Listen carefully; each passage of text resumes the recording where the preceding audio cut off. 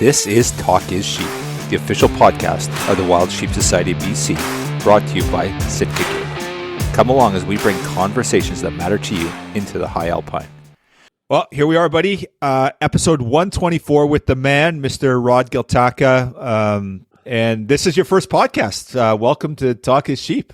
Yeah, it's funny. I told Lanny last night that I was going to be on a podcast today, and I mentioned it to my son this morning, and they basically laughed at me. I think I'm the old dog, and they're like, "What? Like, come on, really? You're on a podcast?" I'm like, "Yeah, man. I think we're talking about doing two. One this week, maybe one later in the week, and one next week or something, and do the next one about." Well, whatever we're going to do it about, hunting gear or camp or backpack gear. But yeah, great. I met Rod at the Kamloops fundraiser at the AGM, sat with him at my table. He and his wife, amazing guy, and just obviously a passion for what he's doing and for standing up for our rights, or what we would hope to be our rights in this country.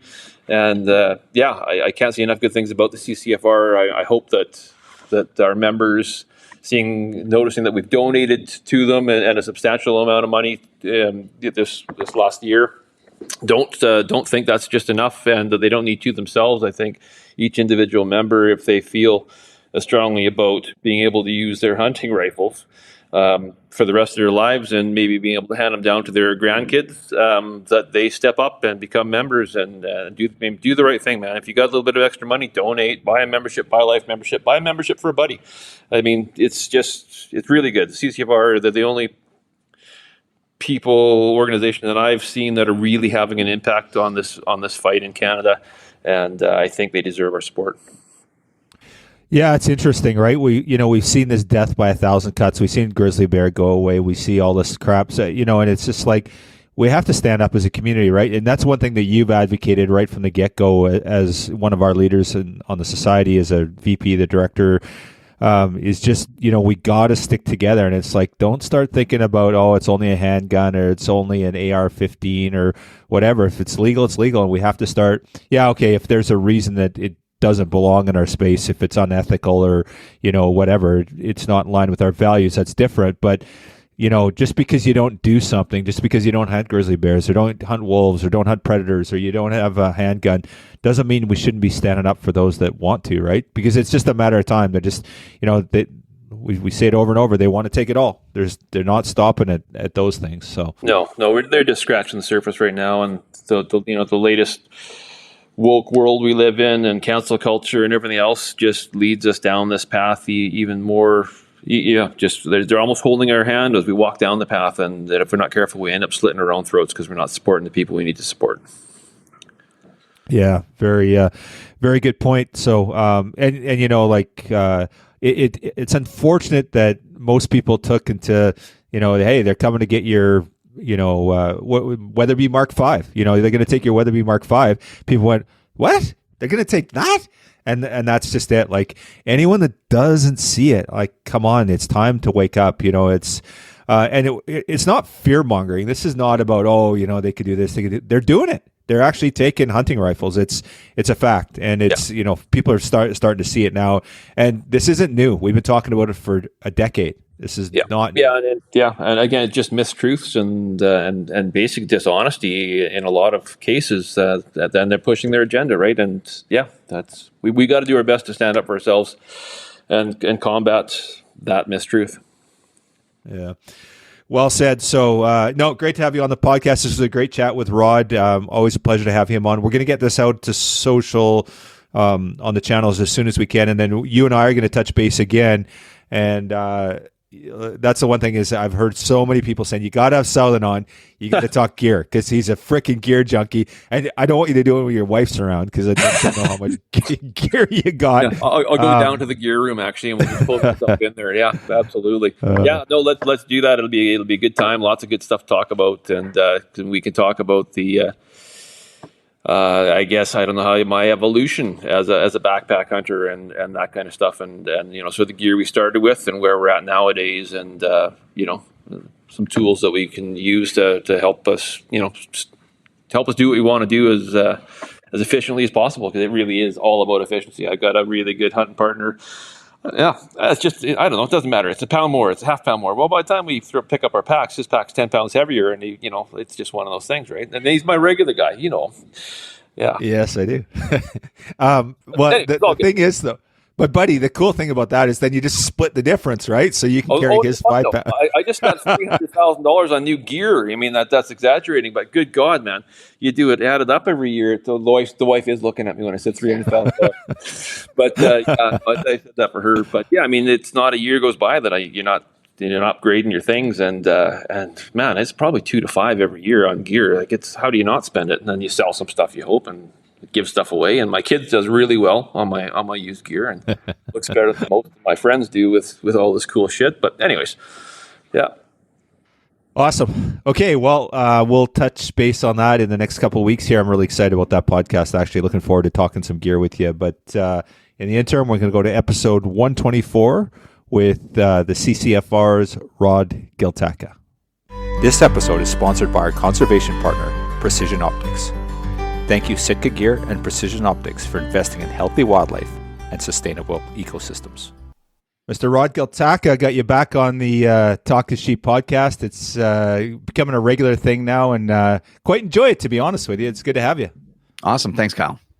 We got Mike today. Join us, Mike Southin, VP of Wild Sheep Society BC, and obviously Mike's keenly interested in the gun issues in Canada, and been a big force in our board of directors around sort of our approach to just the support we've shown for the CCFR. So welcome to the podcast, Mike. Thanks for having me. Awesome.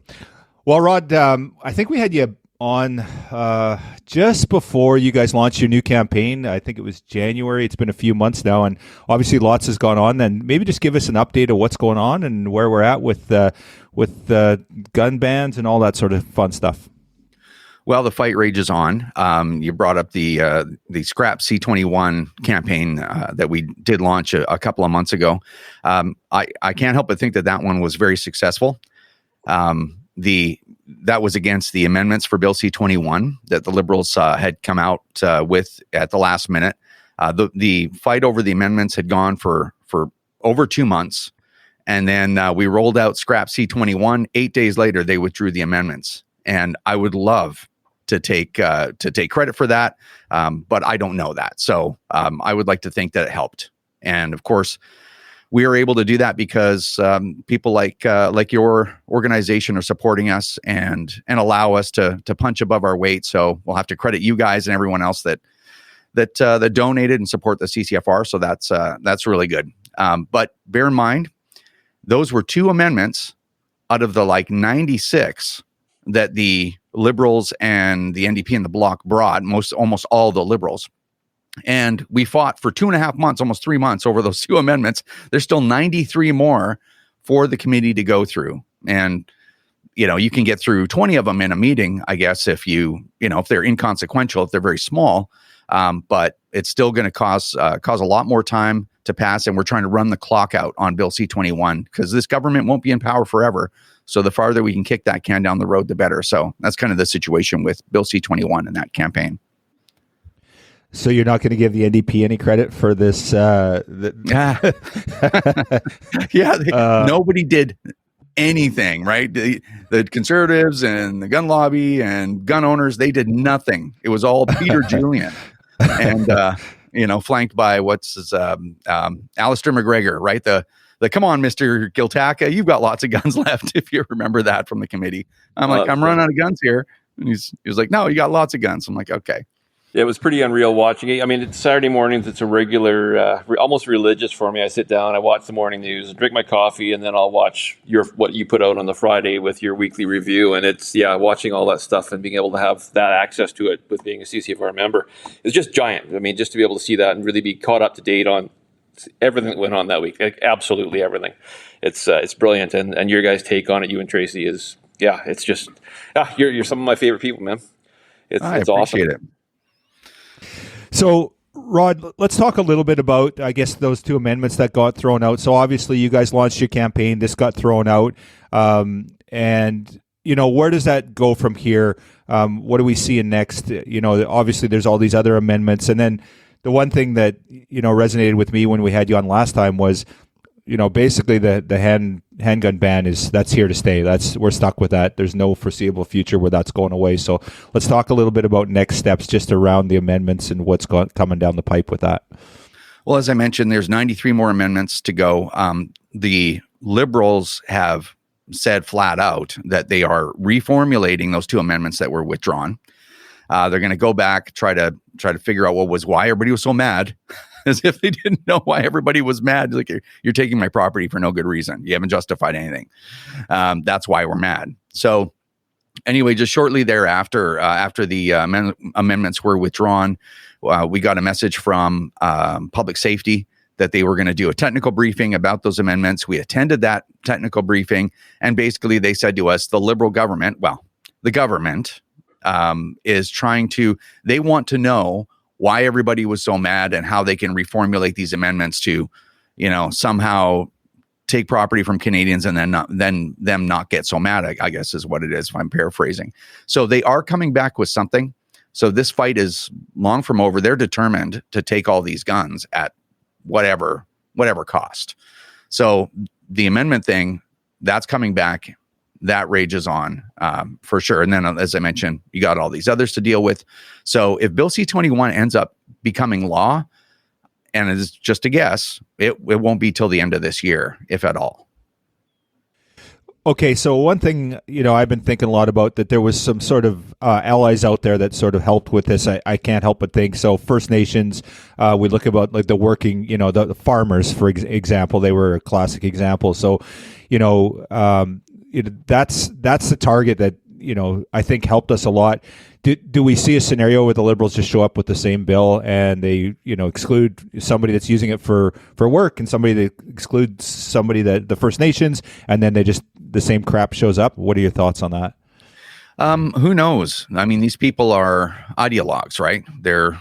In my, not to put too fine a point on it, they're extremists in my view, because, you can't just reason with them. You can't say, well, you have to demonstrate that licensed gun owners represent a disproportionate risk to public safety. That's what you need to do in order to take this property. I mean, you have to justify it somehow.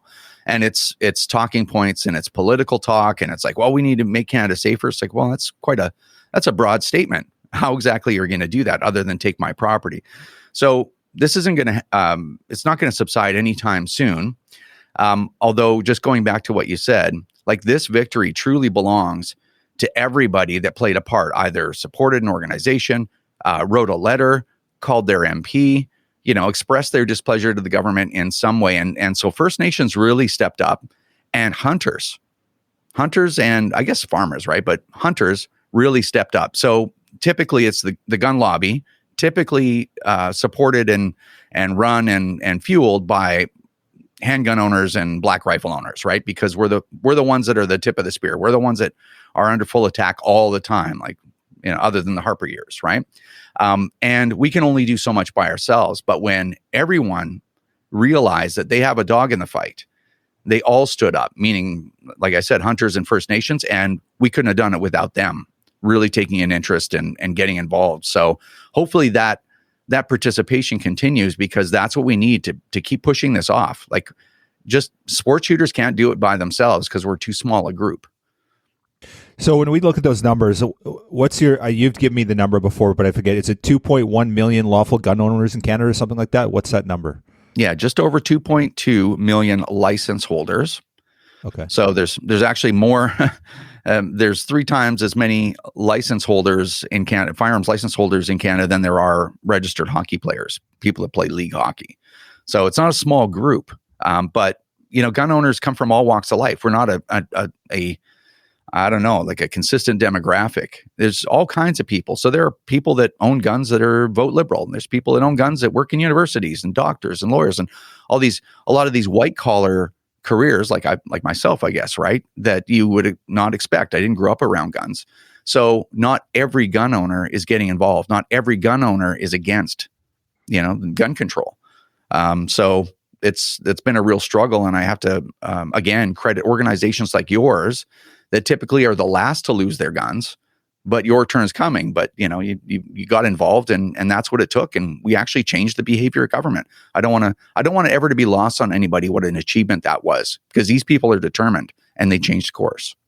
Yeah, I think it's pretty critical that we need some sort of tactic moving forward whereby we can keep these communities engaged. I mean, I think that's the real weak link with the narrative around hunters in particular is that, well, hunters, gun owners, I mean, we all suffer from the same sort of issues where it doesn't impact me. I'm not a handgun shooter. I'm not a black gun shooter. I don't shoot ducks. I don't hunt geese. I don't hunt deer or whatever. There's always something different that there are only people just solely worried about themselves too often. And I guess it was a real wake-up call when that happened, and people finally said, "Oh, shoot, this could actually impact me." So how do we go about keeping these groups engaged? I mean, I see groups like in BC, we've got the BC Wildlife Federation, a very large group that supports wildlife conservation. Anyways, they do wildlife work, and then in Ontario, you've got the Ontario Fish and Wildlife or Fish and something. OFA. Yeah. How do we keep groups like that engaged? I see them kind of doing their own thing. I don't see them really getting behind you guys, and I'm not sure if that's what they need to do. But at the same time, just a united front would really be amazing, wouldn't it? Like, how do we do that? Is there some way to come up with a roundtable to pull these people together and say, hey, this is what we got to do, and all stick to the same game plan? Or well, all of these individual organizations are fighting their own fight. So when it comes to OFA, I think they're the biggest wildlife group in Canada. And when the handgun happened, they didn't say a word because they typically don't represent handgun owners. And it's my understanding that there's a lot of hunters out there that are like, well, yeah, ban handguns, nobody needs a handgun anyway. So it's really tough to rally our community. We've seen it happen once, but the Liberals had to attack bolt actions. They had to put language in their amendment that allows them to take every single gun in Canada at some point. So they had to feel that threat for themselves in order to get involved. So I guess my hope, I guess your question is, how do we keep them involved? I'm hoping that now they're awake, we can keep them awake. And as far as the actual boots on the ground, how do you do that? I would go back to our Scrap C21 campaign, and I would kind of look at that. So we did a bunch of different things. We had letter writing, which was very important, right? Helps these MPs, puts the fear into them. Like, I could lose my seat. At the end of the day, they want to stay in that seat because they're making big money. They're walking the halls of power. They're flying around business class. So that really works. But I think if I think of the thing that scared the Liberals the most, because I have to go back and figure out what we did and what worked and try to do that again, kind of thing, was we did part of that campaign was we sent sets of posters to every range that requested them. We were going to send them for free to the first, 100, I think, ranges. And within 2 days, 300 ranges contacted us, ranges and gun stores. And on that poster were pictures of the guns they were banning in the regulation, in the amendment, pardon me. And so what that did is it reached all the people that aren't sitting on Twitter fighting with people. They're not on forums. They're not on social media. Like, it actually got around. And I think if anything scared them, I think that was it. Because when we put a poster up at a range, or there's communication going directly to people that aren't on social media or don't watch TV a lot, those are people that can't be propagandized by the Liberals later, right? Because Marco Mendicino came out and he's like, everybody's lying. I'm telling you, he was clearly lying. I mean, you just read the amendment for yourself. It's amazing that there's any dispute. But we were able to reach people that the Liberals couldn't reach. And I think that's the part. They're like, oh man, there's 1,400 clubs in Canada. There's millions, like a couple of million gun owners. Even if a third of them see that messaging and we can't refute it, they're going to know what we're up to and they're going to vote, should there be a vote. So I think that part scared them. So I think we will be doing another campaign because those posters became dated, not irrelevant, but dated the minute that we sent them out, because it was like I say, 8 days later, they're like, oh, never mind. We weren't banning any hunting rifles, but we've withdrawn these amendments anyway. Right? Like, how do you know they're guilty, right? It's like, well, you pulled the amendment. I thought you weren't banning any hunting rifles. So I think we'll continue to do campaigns like that. Like, long answer long, I guess. We'll continue to do those kinds of campaigns. We will have another one coming up in the next month or two, with updated posters and all kinds of different campaign type stuff. But yeah, I think the community has to stay awake. You have to realize what they tried to do, and they will continue to try to do it. And you can't let them divide us, because The reason those things got pushed back is because we all stood up together. We were a real political force. If it's just sport shooters alone, it's not going to do it. If it's just a handful of hunters alone, it's not going to do it. We got to keep pushing back against these people. Yeah, it was pretty brilliant when I saw that on that Saturday morning, whatever day I was looking at it, and all the various, I call a couple of cartoon characters and whatever else, well, cartoon governments, so cartoon characters. And the fact that it was shareable, so you could share that to whomever, you could put it on Facebook, you could do basically anything you wanted with that stuff. And I mean, that's got to be a huge impact on the government when they see that kind of stuff, because it's so readily shared nowadays in this world, right? So it's right. So you're talking about the memes that we created, memes, thank you, yes. And also the videos, yes. And that you could download them directly from our website, put them on your own computer, and upload them as your own original post. Yeah, it was awesome. Yeah. But for stupid guys like me that struggle with that kind of stuff, it was not particularly practical. But I get my wife to do it or my kids to do it, right? So, oh yeah, well they get flooded in the replies, right? So Marco Mendocino sends out some of his propaganda, and then people are posting these images and videos and everything, so that when people look through those replies, they're like, "Oh, I think this guy just lied." Yeah, right. Yeah, it's called being ratioed, right? So. Yeah, well, I guess we're our own spokespeople when it comes to this, because it's not like you get a fair shake on general, in the open media, right? Yeah, everyone is an advocate for that. You can with those tools that we created, and we're going to create new ones. We have a new campaign coming up, and I can tell you what that is in a minute if you like. But everyone has to be their own advocate. Everyone has to launch their own campaign, because collectively, when you do it, they just get absolutely buried. And then they get scared, and then they step back. Yeah. Sorry, Kyle, go ahead. Yeah, no, one thing I want to just hit on before we leave this, Rod, is you talked about 2.2 million gun owners. If we had to do the split, what's the sport shooter versus everyone else ratio, just out of curiosity, give or take? Is it 50-50? Is it less than that? I don't. Well, there are no real numbers. There's 650,000 people that have an RPAL. I would imagine that there's probably 100,000 people out there that don't own a handgun or an AR-15, now prohibited, right? Or a short-barreled rifle, short-barreled semi-auto. Those are the restricted firearms in Canada. So I don't know. I would imagine that there's maybe 400,000 people with a dog in that sport shooting fight, but people that actively use those firearms, it probably is half that. And then this is how we segment our available market, right? And then there's a bunch of people in there that just couldn't be bothered to advocate for themselves or support an organization. But I did the only way for us to know is I did a calculation a couple of years ago, and I thought, well, how many politically active gun owners are in Canada? And I figured, well, I know how many members all the firearm organizations have, and we're the biggest one, I guess. And I looked at, well, how many people have actually made a donation to the CCFR? And it's around 80 or 90,000 people. So that's a group of people that are interested enough to send $10 or whatever to the CCFR or become a member or whatever. So that's an indication how many motivated people there are. Less than 100,000 for sure, because the firearm organizations probably have almost all the same members. It's the same group of people, I think, that are politically active. So maybe 80, maybe 90,000 people out of 2.2 million are that motivated. So that's why we need First Nations. We need Indigenous hunters and farmers. We need regular hunters and farmers. We need everybody to make those numbers bigger so that we can have a bigger impact politically. It seems to me like politically, when they went with this outreach on the C-21, the two amendments, and they started going after these bolt guns and some shotguns and whatever else it was, was they testing the water, or was it just a political misstep? Did they just screw up? Like, did they not think that, hey, we're going to wake up a bunch of people that we really shouldn't wake up here right now?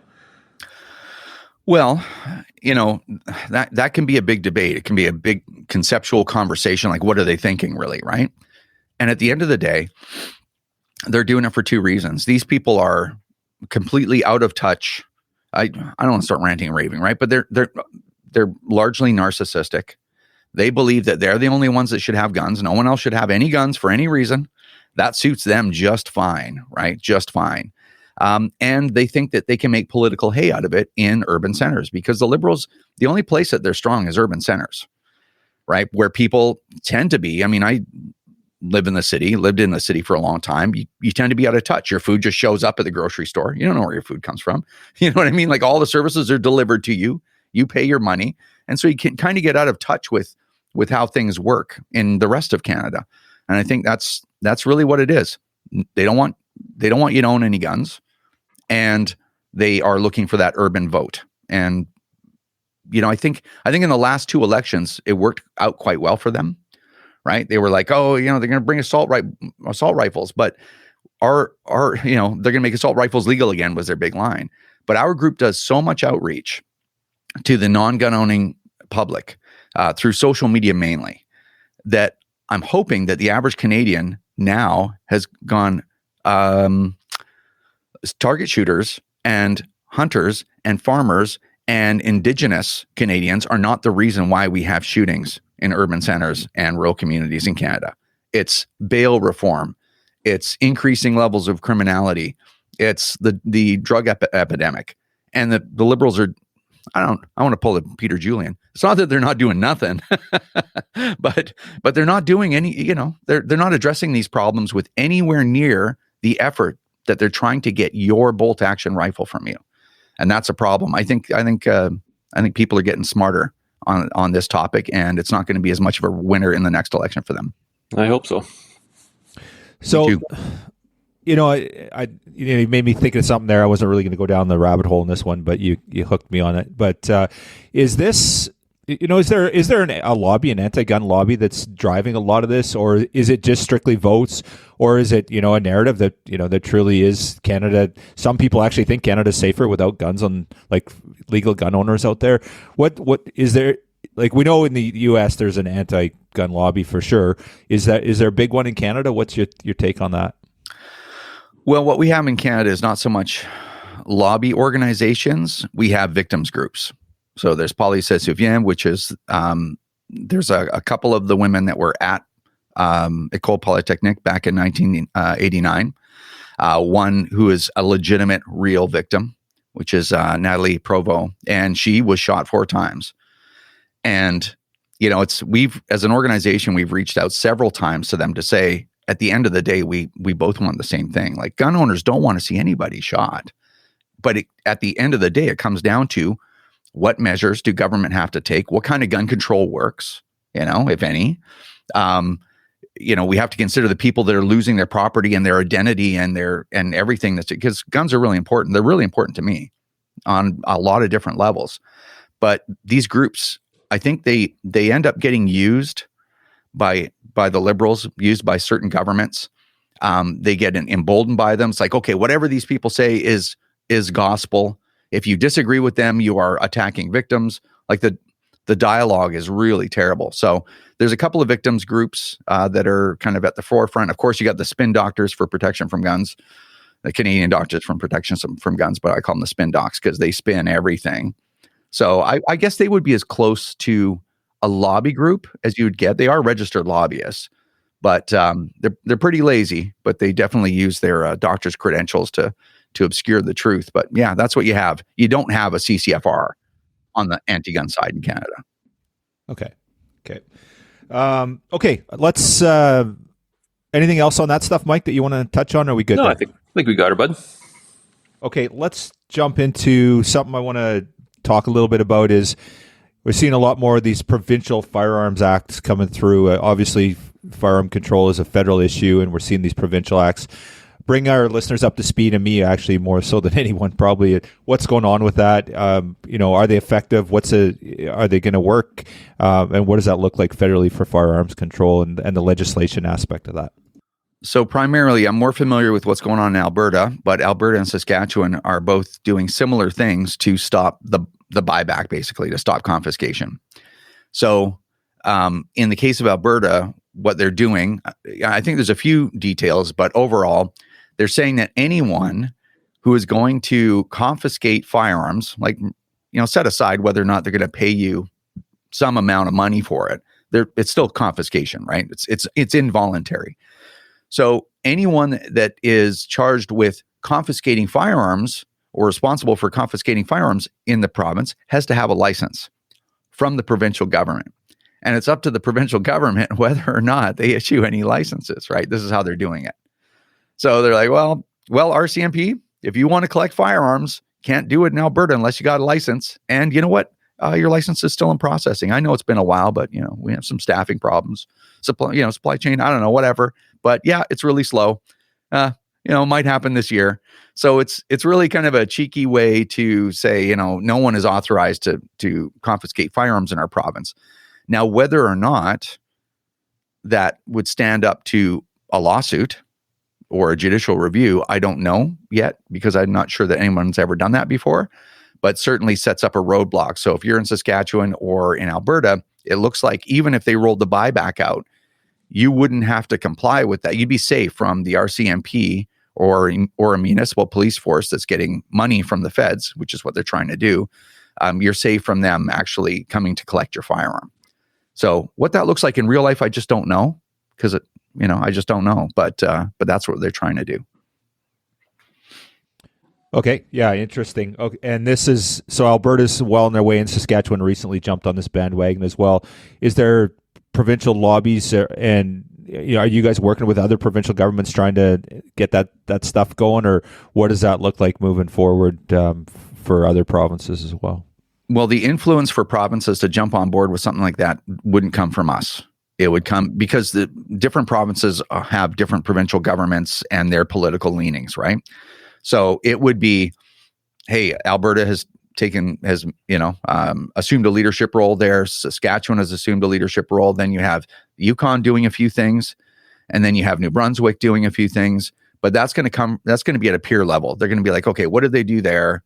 Should we do that? They may think it's a loser for votes, right? I mean, if you're trying to do that in Ontario, it's going to cost you votes, because that's where Toronto is and Ottawa. These people are anti-gun overwhelmingly.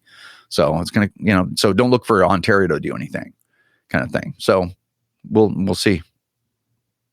Okay. Sounds good. Now with regards to the amendment and these different amendments that are going through and everything, your biggest, I guess, our best approach moving forward is to delay to the next election. Hopefully the Liberals don't get in, and then that all goes away. Ideally, is that the approach? And I know we talked about this before, but let's bring our listeners up to speed on what are the next steps around that C-21 and the amendments, the outstanding amendments. So to fight an unfriendly government, like the government of Canada is big, and that's something almost nobody can do. But we do a lot of different things. So right now, our landmark lawsuit, the biggest lawsuit in Canadian history on behalf of gun owners, is in court, like right now as we speak. So our hearing started yesterday.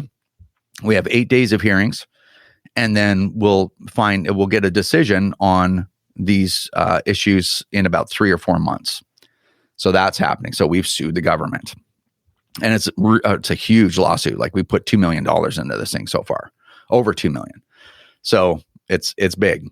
Then we have campaigns like our Scrap C-21 and whatnot, where we're mobilizing gun owners and embarrassing the government and shining light on what they're doing and making sure everybody understands what they're doing isn't going to make Canada safer.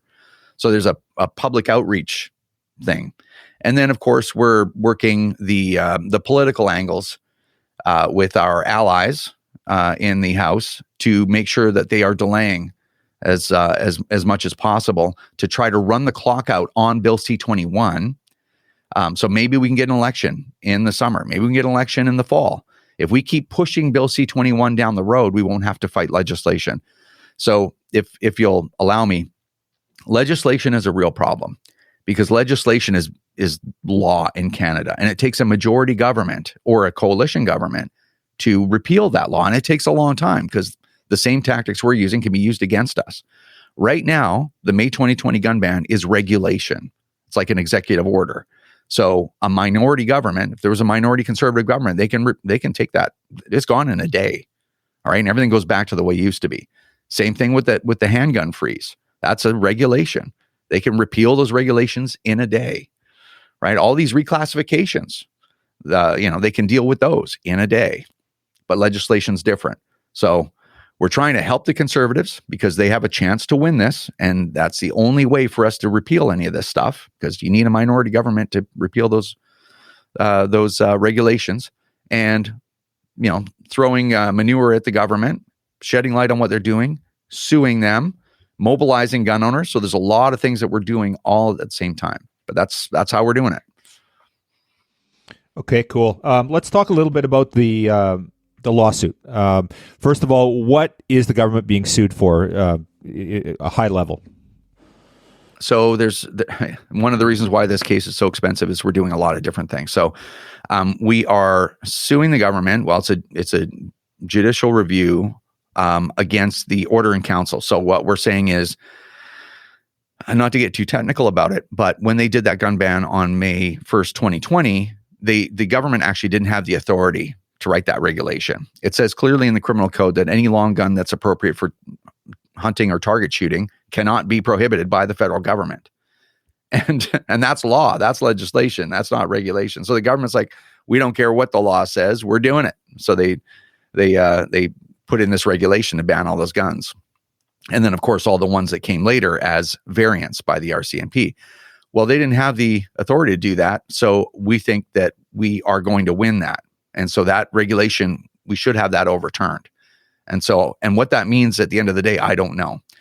I think it just means everything goes back to the way it was, but we don't know how the government's going to respond. So I'm not going to say it's a sure thing, because nothing's a sure thing in court, but like it's a 90% chance we'll be successful there.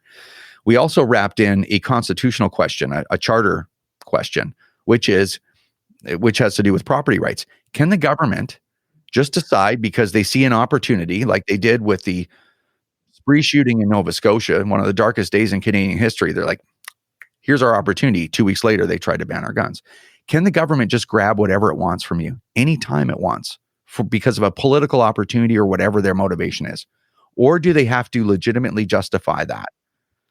Or can they do it at all? Like, these are questions that I don't think Canadians have the answers to. Well, we're going to have the answers.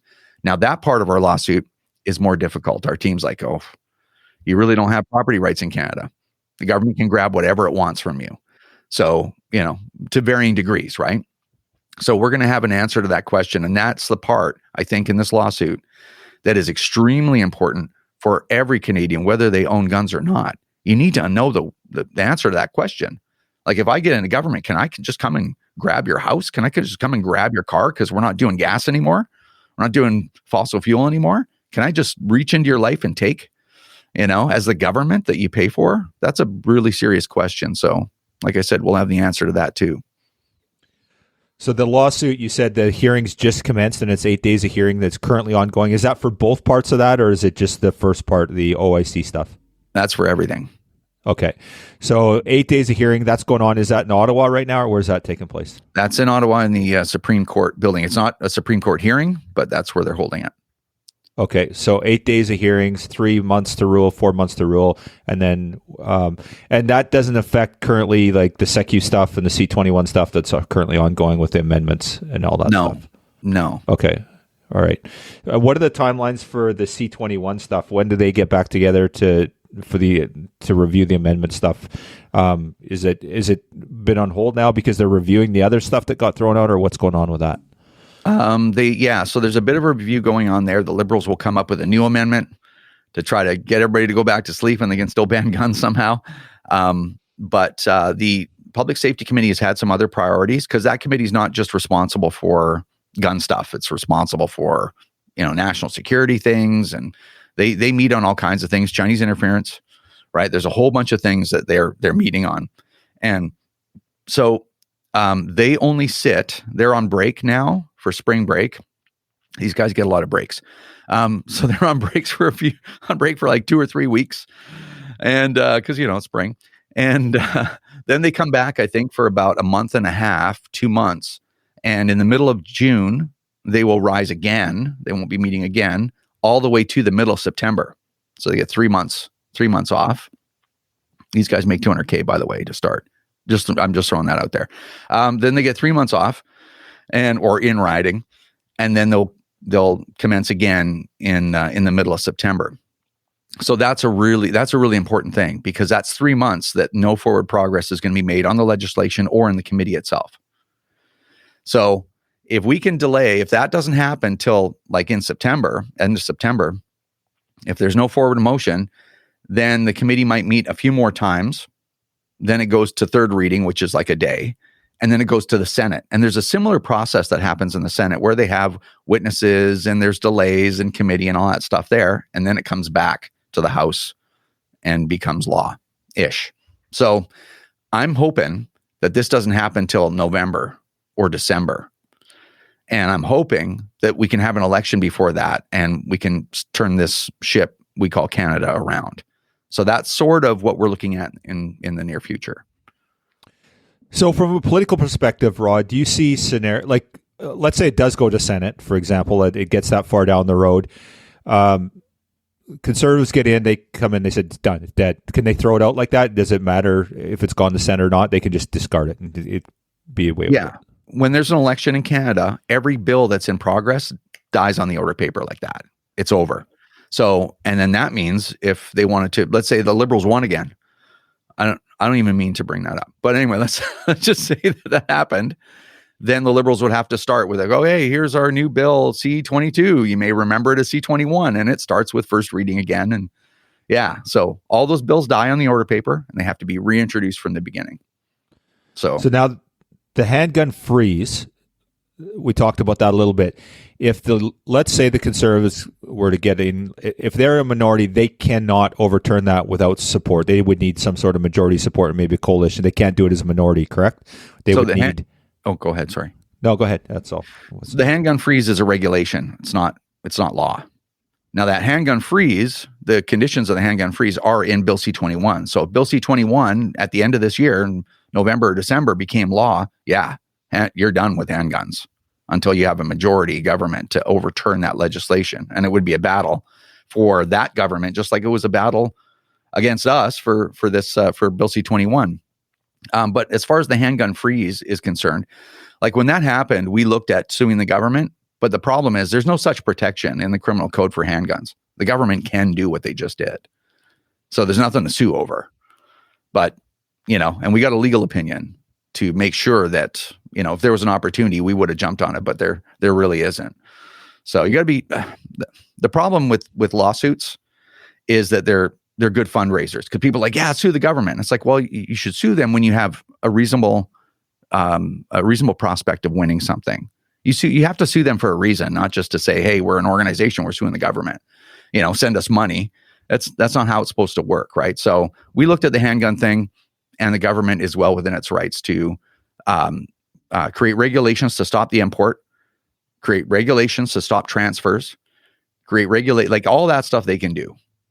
But anyway, I guess at the end of the day, the good news is it's just a regulation. So focus on getting the Conservatives, at least a minority government, and they'll, in my opinion, they will reverse the handgun thing right away because that one's easy. It's recent, and handguns are really, really tightly controlled in Canada anyway. The AR-15s and stuff like that probably be a lot more of a battle because it's politically charged, even though it's just a rifle. So different than a Remington. What are those 7600s? A semi-auto hunting rifle. 7400s, I can't remember. But, it's just a rifle. But yeah, that's how it works, and that's how it can be reversed. Okay. Now with the lawsuit, if you guys are successful, if you get the ruling in your favor in 3 to 4 months, ideally, does that mean the C-21 goes away, or is that that process still continue? So no, the lawsuit isn't going to affect Bill C-21. Bill C-21 is basically unfazed by the reversal of that order in council for the gun ban. So if they say AR-15s are a prohibited firearm and it's in legislation, that's overridden the criminal code, right? It's the reason why we have some standing there is because they just use regulation, and those guns are protected under the criminal code in section 117, if you want to read it yourself, kind of thing. And I think the big question is, what effect is that going to have? If all of a sudden I get a call, it's like, oh, the decision's coming out today. I'm like, okay, great. And we read it, and it's like, yeah, you guys never had the authority to do that May 1st gun ban. I don't know what that looks like. I asked our legal team. I was in Calgary this past weekend, and I asked our general counsel. I'm like, well, what? So what? Like, all of a sudden, I could just go to the range? You know what I mean? With my AR-15? And he's like, yeah. And I'm like, okay. So all of our registration certificates were apparently nullified, which there's another court challenge saying that you don't have nullification isn't a legal thing. You either have to revoke them or not. So anyway, I guess we're going around a bit of a circle, but to me, the big question is, what does that look like after? Is everybody just okay now? Or will the government come back and just do another OIC in a different way? And we got to fight that one too. It's unclear. I appreciate it. It's a lot of detail because and I'll tell you, you feel pretty small when you're fighting the government of a G7 nation. Like, and these guys have resources, right? Like infinite resources, right? If they run out of money, they just go to you and take more of yours, right? Or print more. So it's a lot. It's very detailed and it's very strategic. And, gun lobbies in Canada aren't like the NRA in the United States or whatever. The NRA had an operating budget of $300 million. We bring in a couple of $1 million a year and we do all of the stuff that we do with that. So it's a challenge. Okay, let's, so Scrap C21, incredibly successful, very short-lived campaign, and the kind you want to see. That's exactly what we're after. So although you're like, wow, we didn't even get to roll all of it out. Anyway, congratulations on that. But what's the new phase? What does it look like for us? How can we support? What do we need to do? Well, you can always support the CCFR by becoming a member or donating. You can do that. If, times are tough. Times have been tough actually for a long time, over the last, 3-4 years. But everyone can be their own advocate. If you're on social media, go to ccfrdownload.ca. And there's a bunch of tools there. You can spread information online. That's really important. You can take people to task online. You can take people shooting. We have another campaign that we did called National Range Day. This year it's on June the 3rd. So if you're a member of a shooting club, go to your executive and go, hey man, what are we doing for National Range Day? Are we doing an open house or are we doing a lady shoot or what are we doing? And if the answer is like, what? National Range Day? Then right away, you now have appointed yourself leader. Make something happen because I think most gun owners understand the best way to change people's minds about private firearm ownership, civilian firearm ownership, is to take them shooting, to understand why people own guns. It's not just like, oh, I want to feel powerful or whatever. Like there's a lot to it, right? It's very unique property. So National Range Day was the first one ever last year. And there were over 100 range events across the country in its first year. But we actually hired people to call every range we had contact information on, call their executive on the phone and send emails on top of that to say, hey, here's what we can do to help you. You have to hold these, this is our strategy. And it was 100 the first year. So National Range Day is a really big thing. You can find that at nationalrangeday.ca as well. It's another initiative. So, but yeah, become a member or donate or be your own advocate online and take people shooting. That's what you can do as an individual.